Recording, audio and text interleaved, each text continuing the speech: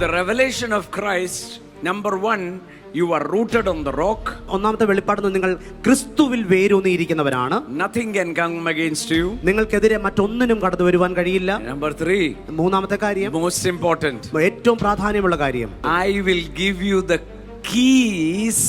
താക്കോലല്ല, ഞാൻ താക്കോലുകൾ തരും.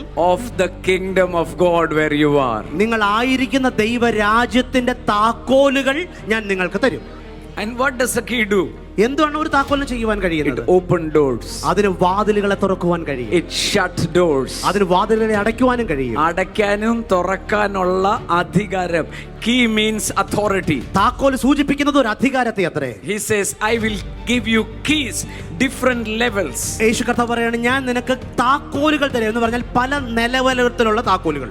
And then he says, എന്നിട്ട് യേശു പറയുകയാണ്, what you will lock, it is locked. നിങ്ങൾ ഈ ഭൂമിയിൽ എന്തിനെ ബന്ധിക്കുന്നോ അത് ബന്ധിക്കപ്പെട്ടതാണ്. When you open, it is open. നിങ്ങൾ എന്തിനെ തുറന്നു വിടുന്നു അത് തുറക്കപ്പെട്ടത് അത്രേ. Whom is he talking about?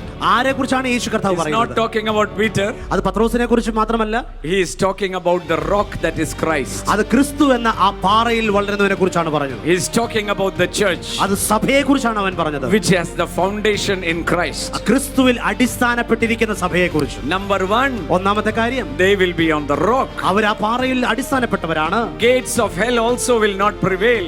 പാതാള ഗോപുരത്തിന് പോലും അവരെ ജയിക്കുവാൻ കഴിയില്ല. They will have the keys. അവർക്ക് താക്കോലുകൾ കൈവശമുള്ളവരാണ്. And what they say, lock and close, it will happen. അവർ തുറക്കട്ടെ എന്ന് പറഞ്ഞാൽ അത് തുറക്കും, അവർ അടച്ചാൽ അത് അടയപ്പെട്ടിരിക്കും. Hallelujah. ഹല്ലേലൂയ.